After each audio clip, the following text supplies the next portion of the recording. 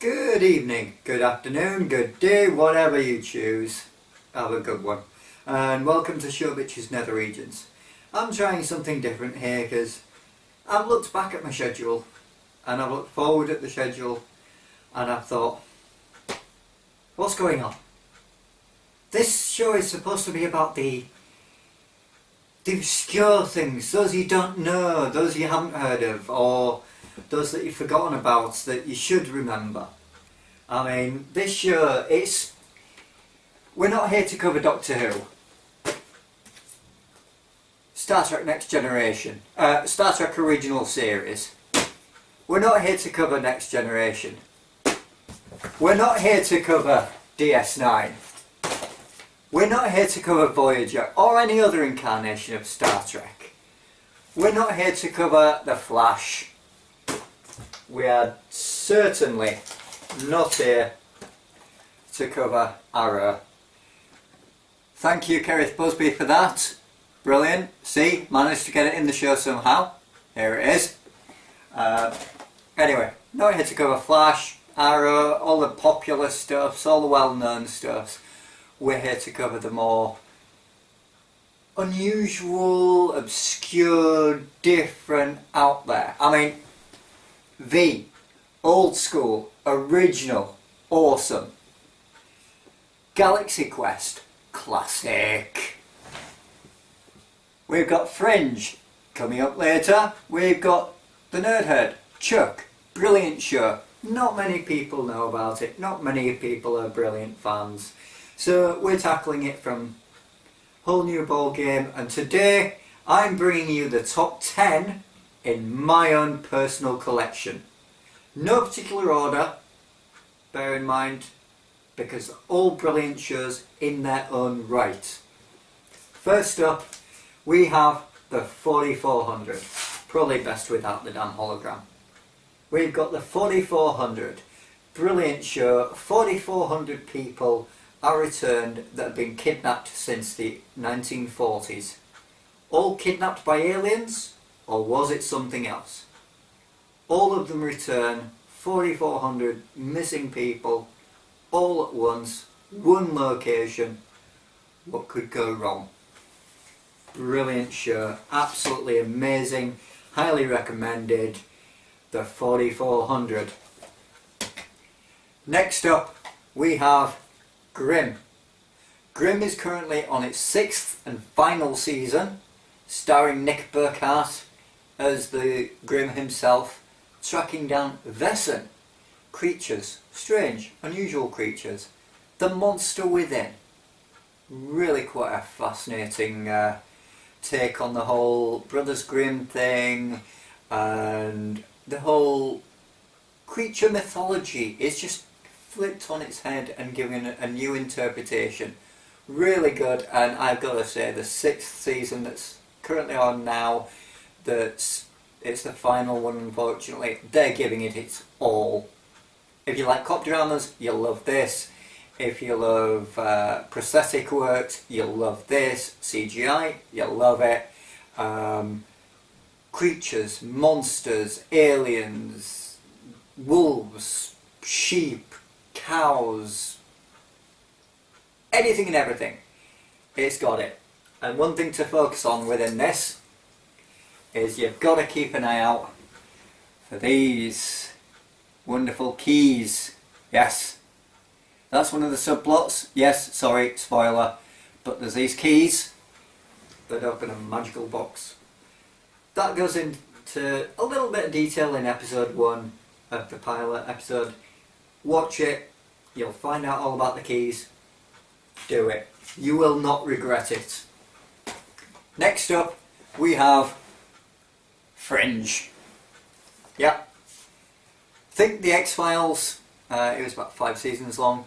Think the X-Files, but instead of focusing more on the alien side of things, it focuses more on fringe science. Yes, those weird bits of science that don't seem to make that much sense. Watch it, find out. It's another brilliant show, absolutely amazing. If you love the X-Files, you'll love this. Truly amazing. Next up, Similar vein with the scienciness, we have Eureka, also known as A Town Called Eureka within the UK. It's a brilliant show about Jack Carter, who's his Secret Service initially, and then ends up going to Eureka and becomes the local town sheriff, which is actually a higher pay grade. Why? Because the entire town of Eureka is all made up of scientists. Yep. Everyone from Oppenheimer to Einstein to Tesla. Their descendants all live in this town, and they all work at Global Dynamics, and that's a new patch that I'm going to be getting actually for here. It's a brilliant show. Watch it. It's funny. It's hilarious. It's from the same people who brought you Alphas, and it's from the same people who brought you Warehouse 13. And if you remember Warehouse 13, you have Claudia Donovan, brilliant character. She actually cameos in a couple of episodes of Eureka. Not telling you which one, you'll have to watch to find out. Next up, Dead Like Me. You saw the Pushing Daisies the other day. This is done by the same creator, and it's brilliant. It's about Georgia Glass. She gets hit on the head by a toilet seat and dies, but then becomes a Reaper. Yep. She has to help people cross over. It's funny, it's hilarious, it's very tongue-in-cheek, but absolutely amazing. And once you finish the series, I think there's about 2 seasons worth, there's actually a spin-off movie that ties everything up. So, yeah, Dead Like Me, yet another one. That brings us up to the halfway point. There's 5. Sorry, just counting again. Yeah. So with those 5, we have Fringe. We have Grimm, 4400, Dead Like Me, as I said, no particular order, and A Town Called Eureka. Eureka is brilliant, it really is. It brightens my day, brightens my mood. It's brilliant. Now, down to the next 5, the final 5. We have from Channel 4, a very rare, very obscure vampire series. Not many people caught it because it was from the era where Channel 4 wasn't really doing that well. And let's face it, it's always between Channel 5, not 5, always between the BBC and ITV really, more often than not. Wasn't till Friends that Channel 4 really started to take off. Oh, and SG1. Ultraviolet.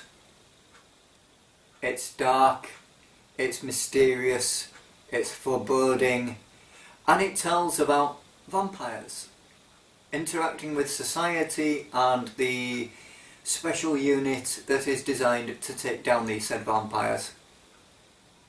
Take down the undead. Then that's the closest you can get to The Walking Dead from me, I'm afraid. Well, maybe Z Nation, but we'll come across that later. Anyway, Ultraviolet. Brilliant show, and it's one of the few, very, very, very few shows that I'm actually going to be mentioning a British TV series. I'm not a big fan of British acting. I'm being fair. Modern day British shows just seem to be lacking for me. 1 or 2, there's an exception. This is one of those exceptions. Go out, get Ultraviolet, watch it, enjoy it, love it. Next up, you may have seen him in Arrow, shameless plug, as Chief of Police.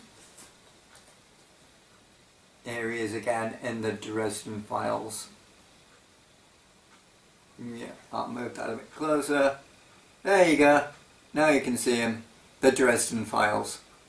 Brilliant show. He plays a wizard that's kind of like a private detective as well, solving magical themed crimes.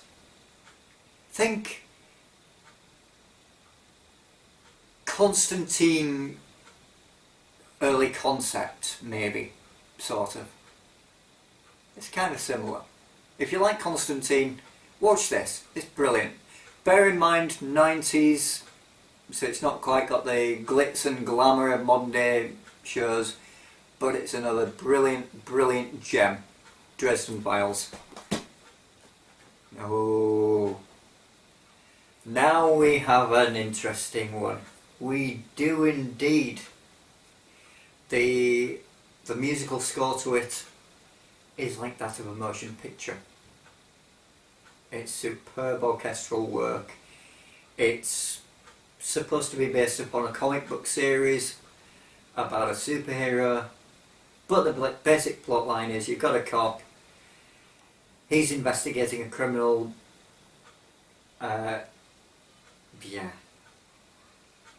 obviously criminal's going to frame him, but as he reads his kid comic books at night to get the kid off to sleep, the kid's favourite comic book is The Cape. So he becomes The Cape. Yep. Vince Faraday, played by David Lyons from ER, is The Cape. He meets this travelling circus and has a wonderful time with them, ish, sort of, kind of. The raccoon steals the show for me. But yeah, watch The Cape. If you love superhero shows, this is brilliant. It's very underrated by people. Not many people know of it. Watch it. It's brilliant. The Cape. Next up we have Alphas. Yep. 2 in the 3 show sisterhood, brotherhood, whatever you want to call it. Alphas is about people with special abilities. And what connects this with Eureka and Warehouse 13 is a doctor. She only appears in like 1, maybe 2 episodes. But the doctor who features in this is the same doctor that treats Artie in Warehouse 13. Same character name, same actress, same shebang. It's just linking it up, sort of. But Alphas, people with special abilities, going out, solving crimes. Brilliant. Last but not least, you may remember this year or late last year there being a show called American Gothic. That was not a patch. This is American Gothic. It was in the 90s and it was just amazing. It was dark, it was intense, it was sinister. Only lasted 1 season. Highly recommended. If you like your horror type stuffs, you'll love this. Basic premise is one of the main characters may or may not be the devil himself. But we're not going into Lucifer territory here. We're going into the darker, more sinister. We're going to make your eyes bleed and the walls bleed and ghosts appear type sinister. Really good, highly recommended. So the top 10 for this week: American Gothic. Original version, not the remake that was done. It wasn't even a remake, it was just the same bloody name. Nothing related whatsoever to this American Gothic. Go for the original American Gothic. Brilliant, brilliant show. This particular one is a 6-disc special. This particular DVD, and it's the complete series. Brilliant. Alphas. 2 seasons. Brilliant show. Check it out. The Cape. You love superheroes? Why have you not watched this then? Brilliant. Like magic? You'll like the Dresden Files. It's funny, it's comedic, and you got a bit of crime in there as well to solve, and yeah, Classic whodunit with a magic touch. Highly recommended. Then we've got the vampires in Ultraviolet. How do they stop the vampires? Can the vampires be stopped? What are the vampires doing? Are they planning to take over? Are they not planning to take over? Watch it. Find out. Grim. I love me some Grim. Grim is absolutely awesome. In fact, I have a Brothers Grimm mug. It's not that grim, it's actually roller derby team, but it's still grim. That's the reason I bought it. Literally, that's the only reason I bought that Grimm mug. Because of the relationship to the TV series, which is in name only. Fringe. You love X-Files, you love cop shows, you love science, that's the one. Yeah. What can I say about this? It even has a cow as a regular star. What more could you ask for? An actual bovine as one of the main regular recurring cast members. 4400. What can I say? Excellent acting from all, and each of the returnees has a different ability. What abilities though? Watch it, find out. Dead Like Me. Come on. You like comedy? You like people getting hit on the head with toilet seats? That's your show. Do it. And they've got recurring characters of frogs. Or toads. And of course, a town called Eureka. Or Eureka as it's known stateside. Brilliant show. Funny, hilarious. Also incorporates the sciencey elements to it. And it's interesting to see what kind of gadget's created next. Who creates the gadget? And in one episode, the character of Henry does a remarkable rendition of Thomas Dolby's They Blinded Me with Science. He does indeed. Not saying which season though, but it's brilliant. And if you love seeing Felicia Day in her geeky videos on YouTube, you like Eureka, because she plays a character in Eureka. And there's a character also within Eureka that, after leaving this show of course, she does move on to play a single episode character in Grimm. Yep. And it's a Vesson. Yeah. Anyway, that is my top 10 list for this week.